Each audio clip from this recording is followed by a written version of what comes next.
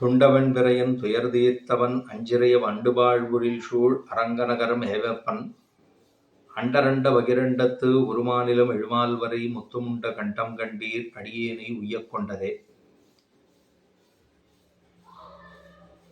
அமல்நாத் விராலில் இருக்கக்கூடிய இந்த 6வது பாசுரம், பகவான் பிரளய காலத்திலே இந்த உலகத்தையே தானும் விழுங்குகிறான், தன்னுடைய வயிற்றிலே அடக்குகிறான். அப்பேற்பட்ட பரமோபகாரம் பண்ணுகிறவன் எம்பெருமான், ஆபத்திலே ரட்சிக்கக்கூடியவன் எம்பெருமான். அந்த உயர்ந்த கல்யாண குணத்தை நாமும் பெரியபெருமானிடத்திலே அனுபவிக்கலாம் அப்படின்னு சொல்றார். தொண்டவென்பெறையன் துயர தீர்த்தவன், சிவபெருமானுடைய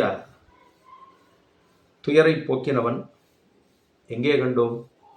பிரம்மாவனுடைய தலையை கொய்தபடியினாலே அவருக்கு ஒரு தோஷம் ஏற்படுகிறது. கபாலித்வம் பவிஷ்யசி என்று சொல்லி பிரம்மா அவருக்கு சாபம் கொடுத்துடுறார்.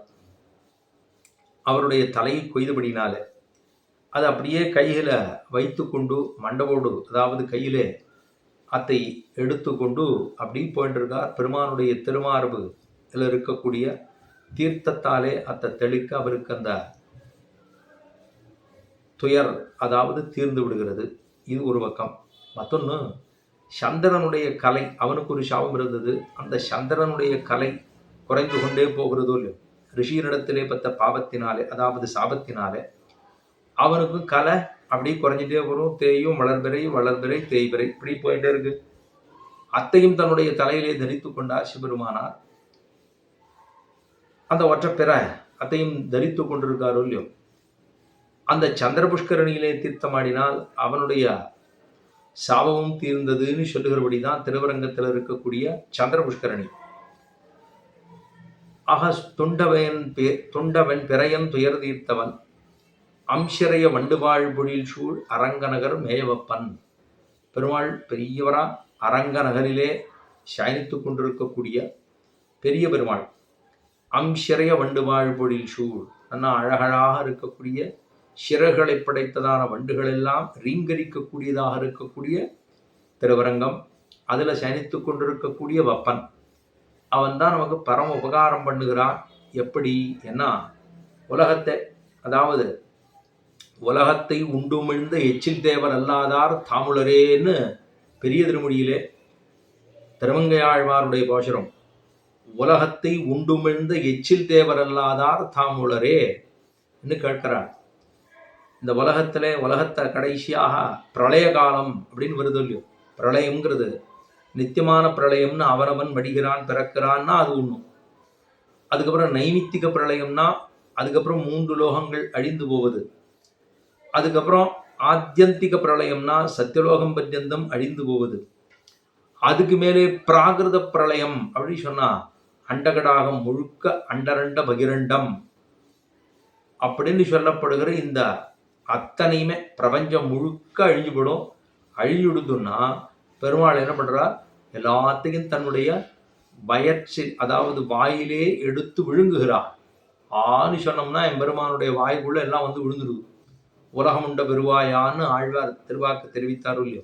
இப்போ உலகமுண்ட கராரவிந்தேன பதாரவிந்தம் முகாரவிந்தேன வினிவேஷயந்தம் வடஷபத்ரிஷ புடேஷயானம் பாலம் முகுந்தம் மனசாஸ்மராமின்னு சொல்லுகிறோம்.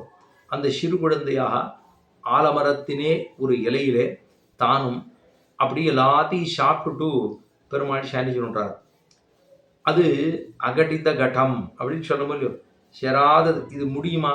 பெருமாள் எல்லாத்தையும் சாப்பிட்றாராம். சாப்பிட்டுட்டு ஒரு ஆலமரத்தினுடைய தளிரிலே தானும் சாணித்து கொண்டுள்ளான். அது எங்க இருக்கு? மார்கண்டேய மகரிஷி ஒருத்தர் தான் இருக்கார், பார்த்துட்டே வரார் எல்லாத்தையும். இந்த குழந்தை ஆறு அப்படின்னு கேட்டா அவர் பார்த்து சொல்லணும்னா என்னன்னு சொல்றது? சின்ன குழந்தை அது என்ன சொல்லும்? சொல்லுவதற்கும் இல்லை. எப்படியும் காட்டோம்னா பெரிய விராட்டியார் இருக்காருங்க அப்படின்னு சொல்லுமான்னா அது சின்ன குழந்தையோ இல்லையோ, எல்லாத்தையும் சாப்பிட்டு படுத்துட்டு இருக்கார். அது எங்க இருக்கு? எல்லாத்தையும் சாப்பிட்டாருன்னா இந்த ஜலம் எங்க இருக்கு? பிரளயம் எங்க இருக்கு அப்படின்னு கேட்டா அதான் முடியாத ஒரு காரியத்தை செய்து முடிக்கக்கூடிய சக்தி படைத்தவன், சக்தனாக இருக்கக்கூடியவன் எம்பெருமான். அதான் அகடித கட்டம் அப்படின்னு சொல்றோம். அகடித கடனா சாமர்த்தியம் அப்படின்னு சொல்லுவார். நிருசிம்மாவதாரம் பண்ணது அப்படித்தான். தலை ஒன்றும் உடம்பு ஒன்றும், மனுஷ உடம்பு, தலையை பார்த்தா நரஹரி அப்படிங்கிறோமோ இல்லையோ, நிருசிம்ம பெருமான்னு சொல்லவும் இல்லையோ, அதுவும் சேராத ரெண்டு சேர்த்தது. இப்படி பல காரியங்களை பெருமான் பண்ணுவான். அதுல அகடித கட சாமர்த்தியம் என்ன? தான் உலகத்தை எல்லாத்தையும் தொண்டவன் பிறையன் துயர்தீர்த்தவன் அம்சிறைய வண்டு வாழ்பொழில் சூழ் அரங்கநகர் மேயவப்பன் அண்டரண்ட பகிரண்டம், உள்ளண்டம் புராண்டம், அண்டரண்ட பகிரண்டம், அண்டரண்ட பகிரண்டத்து உருமாநிலம், 7 மால் வரை 7 குலபர்வதங்களை அப்படி தாங்கி நிற்கிறது. இதைத்தான் பராசர மகரிஷி தன்னுடைய விஷ்ணு புராணத்தில் சொல்லும்போது அண்டானாந்து சகசிரானாம் சகசிரான் அயுதானிச்சன்னு சொல்றார். அண்டானாந்து சகசிரானாம்னா 1000 அண்டங்கள். இந்த அண்டம் உள்ளண்டம் இருக்கு, புறாண்டம் இருக்கு. அது எல்லாத்தையும் ஒரு மலை புலபர்வதங்களாலே தூக்கி நிறுத்தும்படியாக அப்படி இருக்கக்கூடியது. அதுக்கப்புறம் எத்தனையோ ஆபரணங்கள், சப்தாபரணங்கள்னு சொல்றோம். அது எல்லாத்தையும் சேர்த்துத்தானும் என்ன பண்றான்? அண்டரண்ட பகிரண்டத்து உருமாநிலம் 7 மால் வரை முற்றும். இது சொன்னது இது வரைக்கும் சொல்லிட்டோம். சொல்லாத சில மிச்சிருக்கும் இல்லையோ, அதையும் சேர்த்துனா தான் முற்றும். உண்ட கண்டம் கண்டி, எல்லாத்தையும் சாப்பிட்டதான கழுத்து. இந்த கழுத்து எத்தனை அழகா இருக்கு.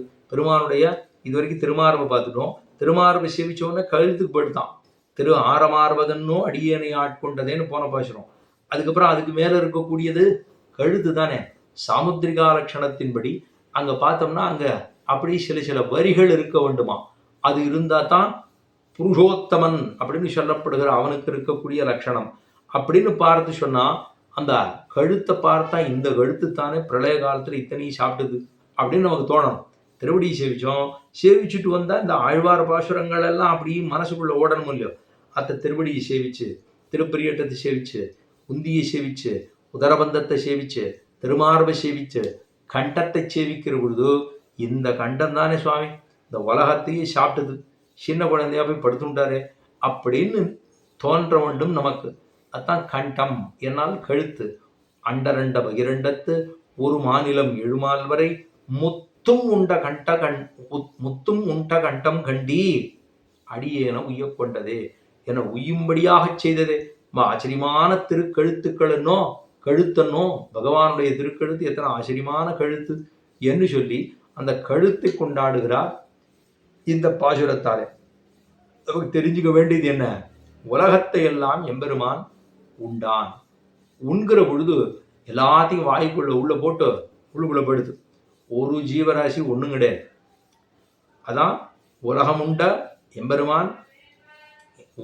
உலகத்தை உண்டதான எச்சில் தேவரல்லாதார் தாமுளரேன்னா இதுல வேற யாருமே பாக்கி கிடையாது. அத்தனையும் உள்ள போயானும். ஆறாவது இங்க இருந்துட்டா கஷ்டமோ இல்லையோ, எல்லாம் நான் முந்தி நீ முந்தின்னு எல்லாம் உள்ள போயிடும்.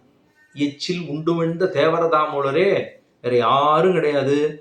அப்படி எல்லாவற்றையும் எடுத்து கடைசியில தாரும் உமிழ்கிறான். அதான் எச்சில் உண்டுமிழ்ந்த தேவர் அப்படின்னு ஆழ்வார் தெரிவிக்கிறார். பெரிய திருமொழியிலே 11வது மாற்றமுள்ளங்கிற பதிகம், கடைசி பதிகம் பெரிய திருமொழியிலே. ஏன்னா 11 திருமொழிகள் உண்டோ இல்லையோ பெரிய திருமொழியில, அதுல கடைசியில இருக்கக்கூடிய பதிகத்திலே தெரிவிக்கிறார். அப்படி உலகத்தை உண்டவனான எம்பெருமான் பிரளய காலத்திலே இவன் தான் இந்த கழுத்து தானா அப்படின்னா ஆபத்சகன். நம்மை துக்கம் ஏற்படுகிற பொழுது நம்ம ரட்சித்து கொடுக்கக்கூடிய தன்மையும் பெரிய பெருமாளிடத்திலே உண்டு அப்படிங்கிறத தெரிந்து கொள்வோமாக.